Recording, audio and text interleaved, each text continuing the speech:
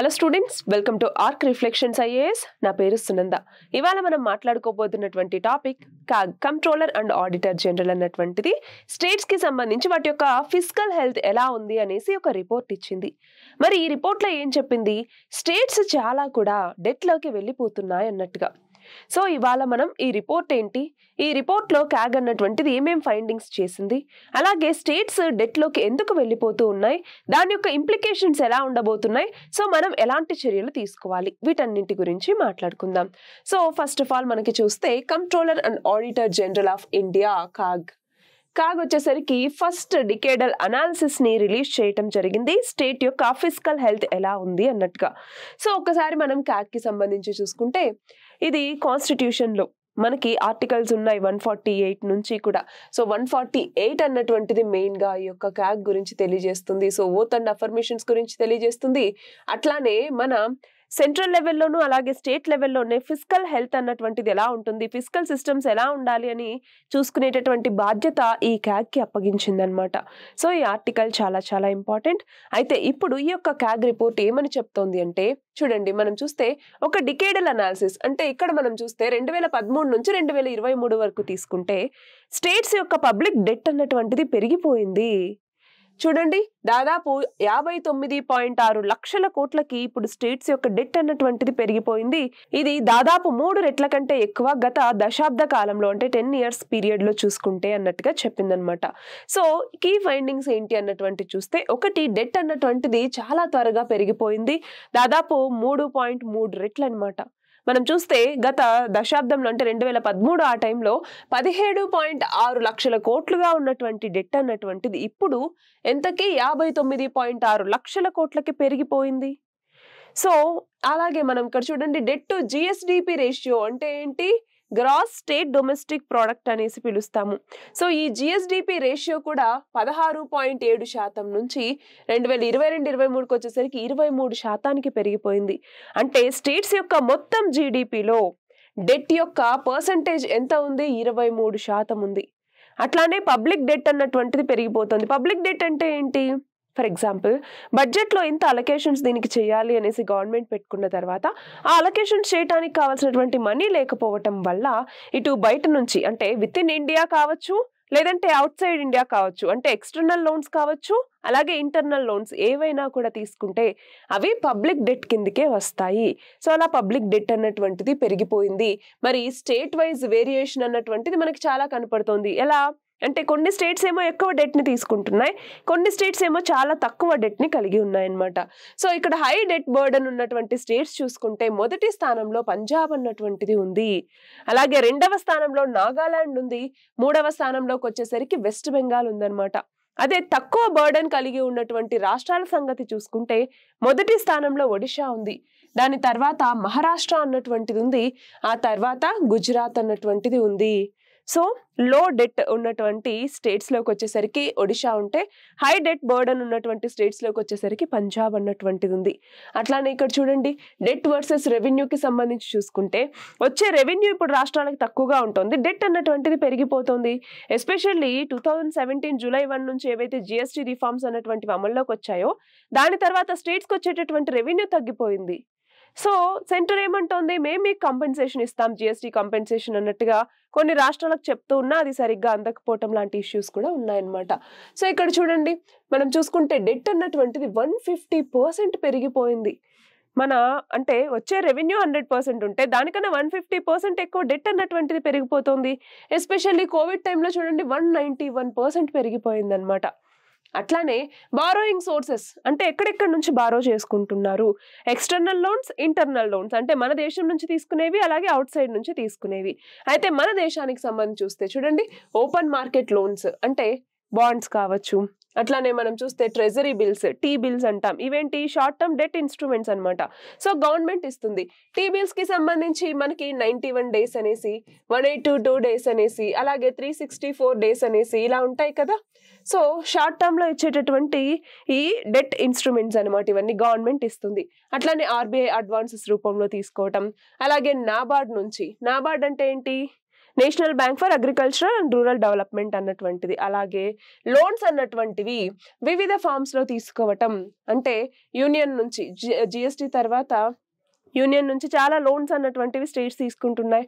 ఇలా కాకుండా external aid అంటే వేరే బయట ఉన్నటువంటి వరల్డ్ బ్యాంక్ కావచ్చు, లేకపోతే ఏడీబీ కావచ్చు, అక్కడి నుంచి లోన్స్ తీసుకోవటం, అలాగే మనం చూస్తే జపాన్ కి సంబంధించిన బ్యాంక్స్ నుంచి లోన్స్ తీసుకోవటం, ఇవన్నీ కూడా జరుగుతూ ఉన్నాయి. బారోయింగ్స్ అన్నటువంటివి వివిధ దేశాల నుంచి వస్తున్నాయి, అలాగే మన దేశం నుంచి కూడా జరుగుతూ ఉంది. అయితే గోల్డెన్ రూల్ వైలేషన్ అన్నటువంటిది జరుగుతుంది. చాలా ఇంపార్టెంట్ గోల్డెన్ రూల్ వైలేషన్. ఏంటి అసలు ఈ గోల్డెన్ రూల్ అన్నటువంటిది ఇక్కడ అంటే, ఫర్ ఎగ్జాంపుల్ నేను ఒక 100 రూపీస్ అప్పు తెచ్చుకున్నాను అనుకోండి, అందులో నేను 90 రూపీస్ సంక్షేమ పథకాలకు పెట్టేశాను, ఇంకో 10% మాత్రమే నేను ఏవైనా ఫర్ ఎగ్జాంపుల్ క్యాపిటల్ ఎక్స్పెండిచర్ మీద పెట్టాను, అంటే హాస్పిటల్స్ కావచ్చు, స్కూల్స్ కావచ్చు, ఇవి. సో లాంగ్ టర్మ్ లో మనకి ఏవి ఉపయోగపడతాయి?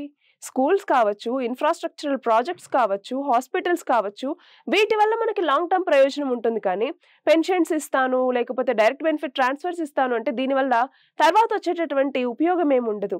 సో మనం అప్పు తీసుకోవటం అన్నటువంటిది ఓకే, ఆ అప్పు తీసుకొచ్చినటువంటి మనీని ఎలా ఖర్చు పెడుతున్నాం అన్నటువంటిది కూడా ఇంపార్టెంటే.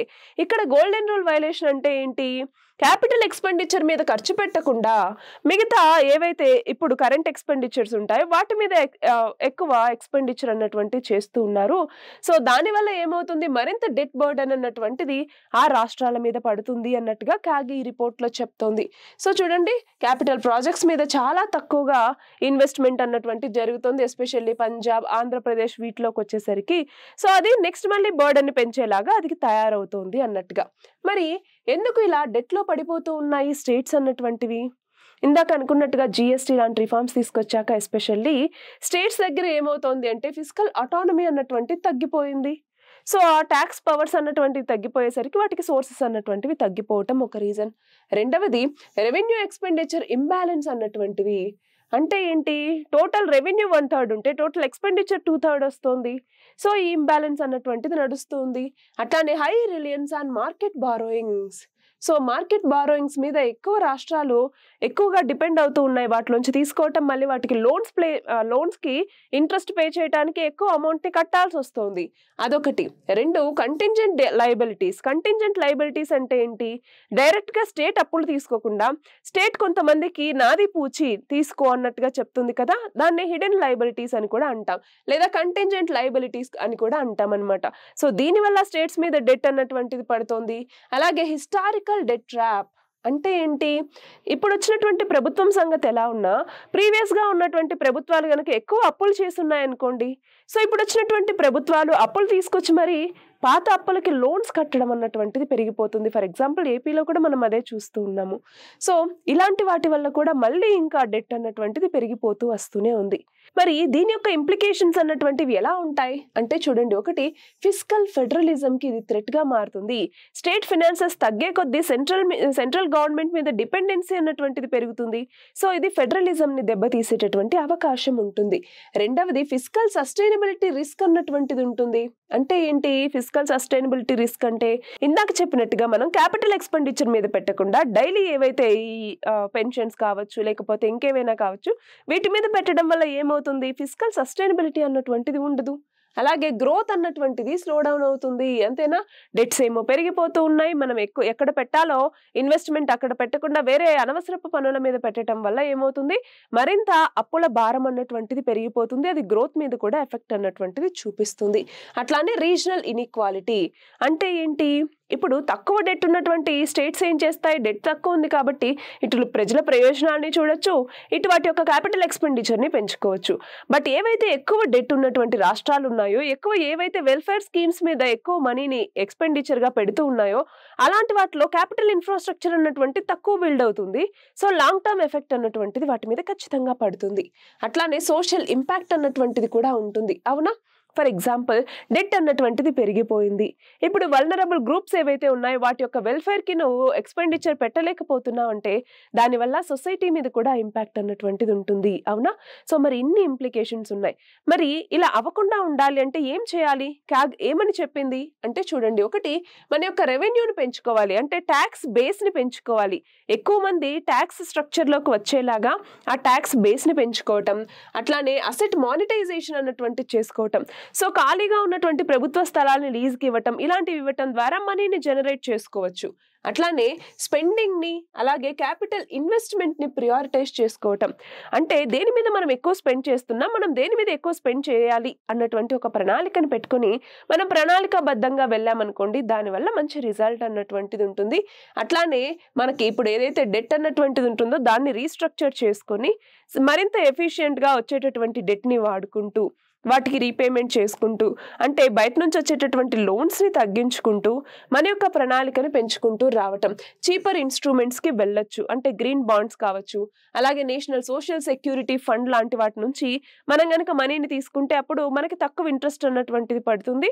సో దానివల్ల డెట్ బర్డెన్ని కొంచెం వరకైనా తగ్గించుకోవచ్చు. అట్లానే సెంట్రల్ స్టేట్ ఫిజికల్ కోఆపరేషన్ని పెంచుకోవాలి. ఫర్ ఎగ్జాంపుల్ ఇప్పుడు జిఎస్టీకి సంబంధించి తీసుకొచ్చాక కొన్ని స్టేట్స్ చాలా నష్టాల్లోకి వెళ్ళాయని చెప్పాం. సో అలాంటి వాటికి జిఎస్టీ కాంపెన్సేషన్ ఇవ్వటం, లేదు ఎక్కువ డెట్లో ఉన్నటువంటి రాష్ట్రాలకి కొంతవరకు సబ్సిడీస్ లాంటివి ప్రొవైడ్ చేయటం, ఇలాంటివన్నీ చేయటం ద్వారా కూడా ఆ రాష్ట్రాల యొక్క డెట్ బర్డెన్ని కొంతవరకు తగ్గించవచ్చు. అట్లానే ఫినాన్షియల్ మేనేజ్మెంట్. సో ఈ ఫినాన్షియల్ మేనేజ్మెంట్ని పెంచుకోవాలి. అంటే ఏంటి చూడండి, బడ్జెటింగ్ ఏదైతే ఉంటుందో అది ప్రణాళికాబద్ధంగా చేసుకోవాలి. కంటింజెన్సీ ఫండ్స్ ఏవైతే ఉంటాయో అత్యవసరంగా వాడుకోవాల్సినవి వాటిని మేనేజ్ చేసుకుంటూ ఉండటం.